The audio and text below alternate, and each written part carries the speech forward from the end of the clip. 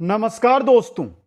बिल्कुल निशुल्क पशु परिचर भर्ती की हम कर रहे हैं यहां पर तैयारी दोस्तों, जिसके अंदर भाग बे के रूप में हमारे रहेगा पशुपालन दोस्तों। और पशुपालन की ये क्लास नंबर 15 है, जिसमें आज हमारा जो टॉपिक है वो है पशुओं के लिए आवास व्यवस्था। पशुओं के लिए घर कैसे बनाएं, कैसा बनाएं, पशु को बांधे तो कैसे बांधें, इसी को लेकर यह क्लास रहने वाली है। हमारा टारगेट है कि आपके 45 में से 45 क्वेश्चन सही हो। इसके लिए आपको एक एक क्लास अटेंड करनी होगी दोस्तों। एक बार जो साथी हमारे साथ जुड़े हैं उन सभी साथियों को मैं बताना चाहता हूं कि जो आज की क्लास है ये बेहतरीन क्लास है, लेकिन कंप्लीट जो थ्योरी की क्लासें हैं वो प्ले लिस्ट में उपलब्ध है। कहां पर है?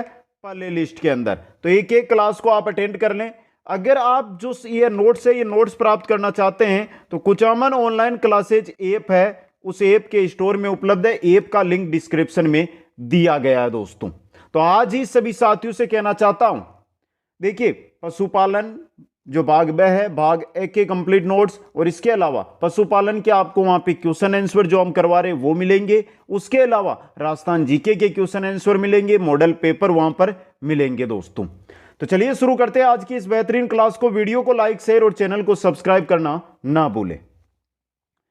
पशुओं के लिए आवास का अगर आप निर्माण कर रहे हैं तो उसका निर्माण कैसे करना है दोस्तों। सबसे पहले यह रहेगी हमारी उत्तर दिशा। तो आवास की लंबाई पूर्व से पश्चिम, यानी कि पूर्व से पश्चिम इस प्रकार तो लंबा होना चाहिए, और चौड़ाई उत्तर से दक्षिण, यह हो गया आपका चौड़ाई। इस प्रकार आवास होना चाहिए। ये ऊपर की जो दिशा है ये उत्तर है, ये पूर्व है, ये दक्षिण है और ये पश्चिम है। इस प्रकार आवास होना चाहिए।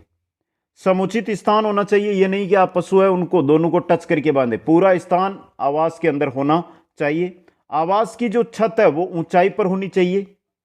जल निकास, फर्श, नालियां ये पक्की होनी चाहिए। जल के लिए स्थान हो, जल निकासी का जो स्थान हो, फर्श हो, फर्श की जो नालियां बनी हुई हो वो सभी पक्की होनी चाहिए। पीने का पानी, वायु का संचार, वायु इधर से उधर निकले, और प्रकाश की क्या होनी चाहिए, उचित व्यवस्था उसके अंदर होनी चाहिए दोस्तों। अब देखिए, आप अगर पशु रखते हैं और आप पशु आवास का निर्माण कर रहे हैं तो आवास निर्माण की विधियां होती है जो अलग अलग है। दो विधियां हैं मुख्य रूप से। पहली है आवास निर्माण की विधि में खुला आवास। अब देखिए, खुला आवास प्रचलन में नहीं है, बहुत कम मात्रा में ये प्रचलन में है। पशु घूमने फिरने में स्वतंत्र होता है, खुला आवास होता है। जैसे कि खेत है, खेत के बीच के अंदर चारों ओर तारबंदी कर दी और ऐसे बना दिया, और इसका इतना भाग है, इसको क्या कर दिया, इतने भाग को ऊपर से ढक दिया, यानी यहां पर आप है जो छत डाल दी आपने, बाकी ये बिल्कुल खुला है। इसके अंदर पशु है आराम से चारों ओर जहां मन होगा वहां पर घूम लेंगे। अगर उनको तेज गर्मी लगेगी या धूप लगेगी तो अंदर जाकर बैठ जाएंगे, वापस बाहर आकर बैठ जाएंगे। यह होता है खुला आवास। राजस्थान के लिए उपयुक्त है क्योंकि यहां पर बारिश कम होती है, तेज धूप रहती है। तो धूप के समय पशु है, धूप के समय पशु कहां पर चले जाएंगे, धूप के समय तो पशु है जो अंदर चले जाएंगे, और बाकी रात के समय आराम से बाहर खुले में बैठ सकेंगे। इस विधि में 2/3 भाग तो खुला होता है। देखिए, ये 2/3 भाग है जो तो खुला है इसमें, और 1/3 भाग इसमें बंद होता है, जो ये रहा आपका 1/3 भाग क्या रहता है, बंद रहता है। ग्रामीण क्षेत्रों में उपयुक्त है क्योंकि इसके लिए काफी जगह चाहिए, जो ग्रामीण क्षेत्रों में मिलेगी, शहरी क्षेत्रों में इतनी जगह उपलब्ध नहीं होती है दोस्तों। तो यह तो होता है खुला आवास। दूसरा होता है बंद आवास। यह देखिए, बंद आवास। बंद आवास घूमने फिरने की स्वतंत्रता कम होती है। जो बंद आवास बनता है ना, जैसे आपने ये बंद आवास बनाया है, ये ऊपर से पैक रहेगा इस प्रकार से, ये छत हो गई आपकी, समझे। तो इसमें घूमने फिरने की व्यवस्था नहीं होगी। शहरी क्षेत्रों में प्रचलित विधि जहां पशुओं को बांधा जाता है उसे स्टेज बिन कहते हैं, यानी कि बंद आवास के अंदर पशुओं को बांधकर ही रखा जाएगा, खुला नहीं छोड़ा जाएगा। पशुओं को बांधा जाएगा, और बंदे जो पशु को बांधा जाता है उस विधि को स्टेज बिन कहते हैं। स्टेज बिन, ये क्वेश्चन बन सकता है मित्रों, ये क्वेश्चन बन सकता है आपके लिए। अब देखिए, अगर आप एकल पंक्ति विधि में पशु को बांधते हैं तो 8 से 10 पशु तक, और द्विपंक्ति विधि में 80 से 100 पशु तक बांध सकते हैं बंद आवास के अंदर दोस्तों। अब देखिए जो द्विपंक्ति विधि है ना, ये इंपॉर्टेंट है। यहां से जो आपका क्वेश्चन बनेगा वो यहीं से बनेगा, ये बता रहा हूं। ये मुख्य रूप से दो प्रकार की होती है, एक तो मुंह से मुंह की ओर, मुंह से मुंह विधि, एक होती है पूंछ से पूंछ विधि। मुंह से मुंह विधि, पूंछ से पूंछ विधि। एकल पंक्ति विधि है जिसके अंदर तो क्या है कि जैसे ये आवास है आपका, इस आवास में क्या होगा कि यहां पे पशु, ये पशु बांध दिया, ये पशु बांध दिया, ये पशु बांध दिया, ये पशु बांध दिया, ये पशु बांध दिया, ये पशु बांध दिया, ये एकल आवास है। लेकिन जो द्विपंक्ति विधि है ना, ये वेरी इंपॉर्टेंट विधि रहती है। अब देखिए ये दो प्रकार की होती है, दो प्रकार की कौन कौन सी है यहां से समझना। मुंह से मुंह विधि और पूंछ से पूंछ विधि। जैसे कि यह आपका आवास है, तो पहले मुंह से मुंह है, तो बीच के अंदर यहां पे इस पशु का मुंह भी इधर, इस पशु का मुंह भी इधर, यानी कि दोनों का मुंह इधर है, समझ गए, ये होती है। इसी प्रकार ये पूरे के पूरे आवास में बंधे रहते हैं पशु, इसे कहते हैं मुंह से मुंह विधि। पशु क्या होते हैं इसमें, आमने सामने होते हैं और चारा डालना आसान होता है दोस्तों इसमें। लेकिन श्वास संबंधी रोग फैलने का डर होता है। अगर एक पशु में श्वास संबंधी रोग होता है तो वो सभी के अंदर फैल सकता है दोस्तों, ये भी इंपॉर्टेंट है। एक पशु में श्वास संबंधी रोग है तो वो सभी के अंदर फैल सकता है दोस्तों, समझ गए। दूसरी पूंछ से पूंछ विधि। अब पूंछ से पूंछ विधि की जब हम बात करते हैं तो देखिए इसमें क्या होता है।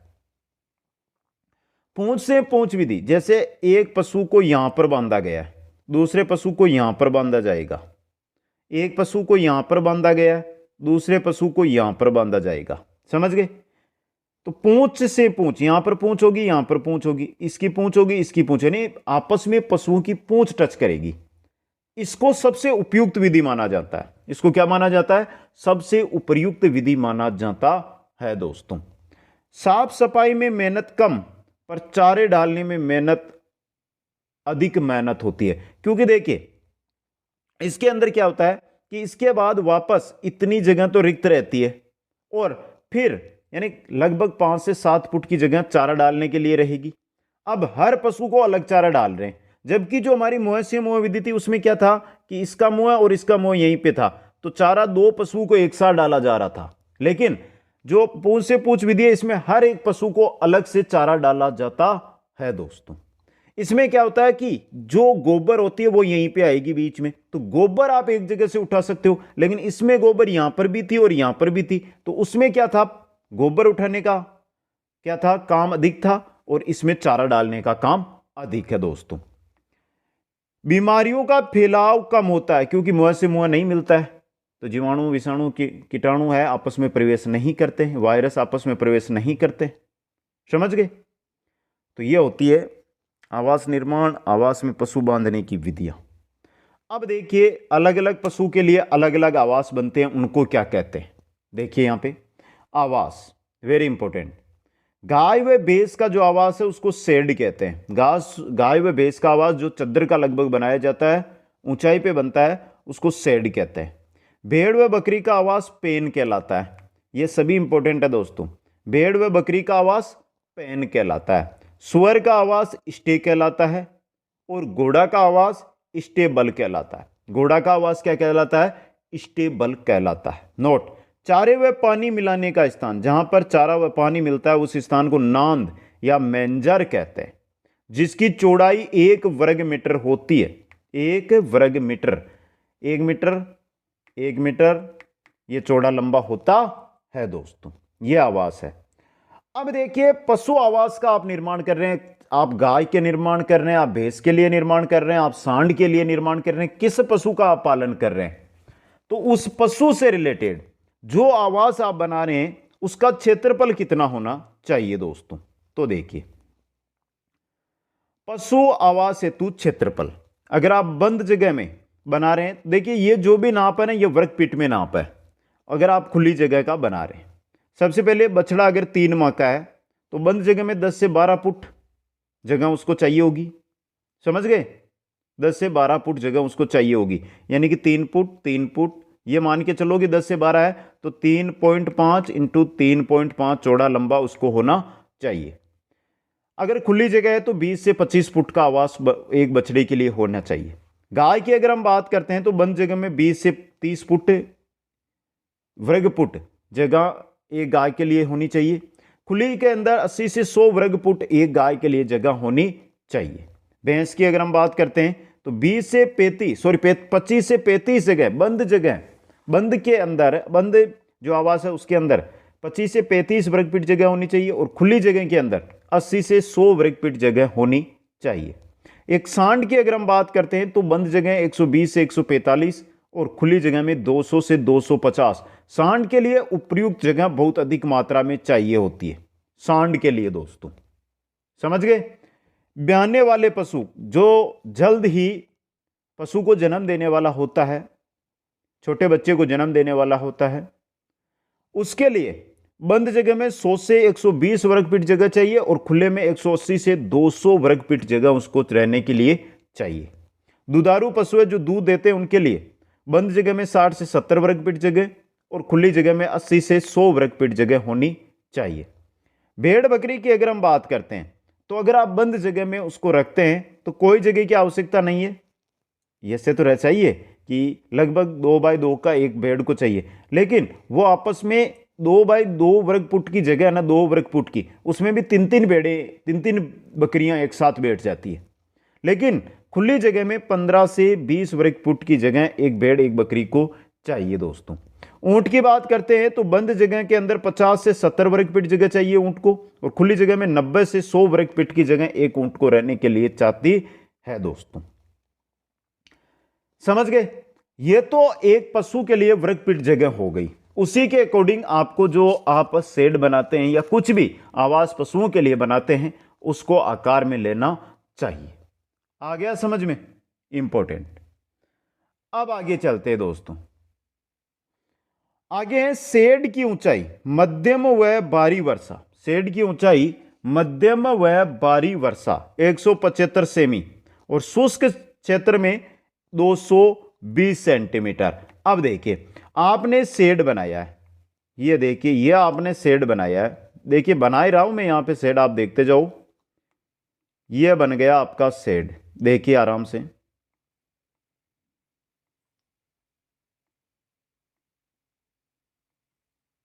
ये शेड बनाया आपने, समझिए यहां पे इसके अंदर ये देखिए यहां पे, अब यहां पे आपने उस पर डाल दिया है चद्दर, यहां पे ये बना दिया है दरवाजा निकलने के लिए, ये खिड़कियां हैं इसके अंदर जिससे वायु का प्रवाह हो सके।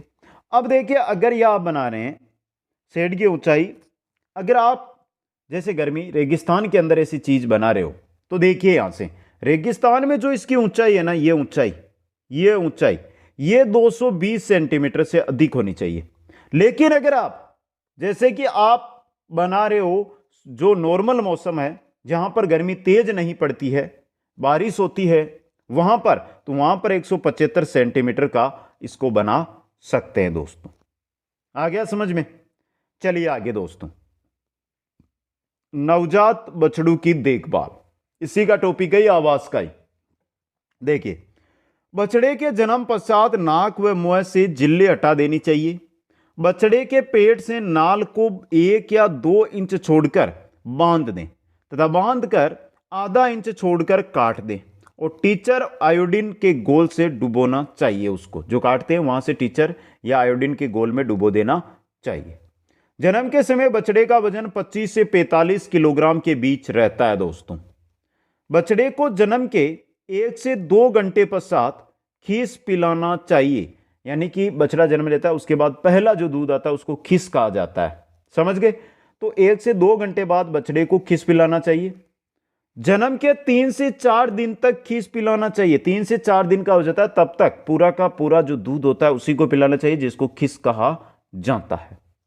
नवजात बछड़े को उसके शरीर का 1/10 भाग खीस पिलाना चाहिए। शरीर का जो भार है, जैसे शरीर 20 किलो का है, 20 किलो का शरीर है उसका, 20 किलो उसका वजन है, तो उसको 2 किलो खीस पिलाना चाहिए दोस्तों, समझ गए। बछड़े की पहली विष्ठा गोबर को मेकोनियम कहा जाता है। बछड़े की जो पहली गोबर होती है, विष्ठा होती है, उसको क्या कहते हैं? मेकोनियम कहते हैं। क्या कहते हैं मित्रों? मेकोनियम कहते हैं दोस्तों। खिस रेचक गुण दस्तावर होता है। खिस का रेचक गुण या दस्तावर होता है दोस्तों। और 4 माह की उम्र तक कोप स्टार्टर देना चाहिए। किसको? बछड़े को। आगे देखिए बछड़े के बारे में और भी जानकारी। बछड़े का पहला आमाशय 4 माह की उम्र में विकसित होता है। बछड़े का आमाशय 4 माह की अवस्था में विकसित होता है। वह बछड़ा जिसकी मां की मृत्यु हो जाती है उसे ऑर्फन कोप कहते हैं। यह क्वेश्चन कल मैंने जो हमारी 1500 क्वेश्चन वाली सीरीज चल रही है ना, उसमें लिया था। ऑर्फन कोप कहते हैं। वह बछड़ा जिसके मां की मृत्यु हो जाती है उसे ऑर्फन कोप कहते हैं दोस्तों। अब देखिए बछड़ा पालने की विधियां, जिन्हें पहली है सकलिंग। मां के साथ रखकर पाला जाता है। सर्वाधिक प्रचलित विधि और प्राकृतिक विधि भी है। एक बछड़े को उसकी मां के साथ रखकर पाला जाता है, उसे क्या कहते हैं? तो उसे कहते हैं सकलिंग। क्या कहते हैं? शकलिंग। दूसरी विधि है विनिंग विधि। विनिंग विधि, इसमें बछड़ू को पशु ब्याने के तुरंत बाद अलग कर देना। भैंस में अपनापन कठिन है, संकर गायों में आसान है, बड़े फार्मों पर अपनाई जाती है। देखिए अगर आप जैसे ही भैंस ब्याती है उसके बाद उसके बछड़े को अलग, जो उसका छोटा सा बच्चा होता है उसको अलग करना चाहते हैं तो बहुत दिक्कत करते हैं भैंस के अंदर, क्योंकि भैंस अपने बच्चे से अलग नहीं रहती। संकर जो भी नस्लें हैं ना, जो बनाई गई नस्लें हैं ना, उनमें तो आप 1 मिनट बाद भी कहीं पे ले जाओ, उनको कोई मतलब नहीं है, उनको तो घास पानी से मतलब होता है। समझ गए? लेकिन जो ओरिजिनल देसी नस्लें हैं उनके अंदर दिक्कत होती है दोस्तों। समझ गए? ये 2 विधियां हैं। अब देखिए इसके बाद यहां पे साइलेज। साइलेज हे लूंग पाला में साइलेज एकमात्र सुरक्षित हरा चारा है, बाकी तीनों सूखे सुरक्षित है।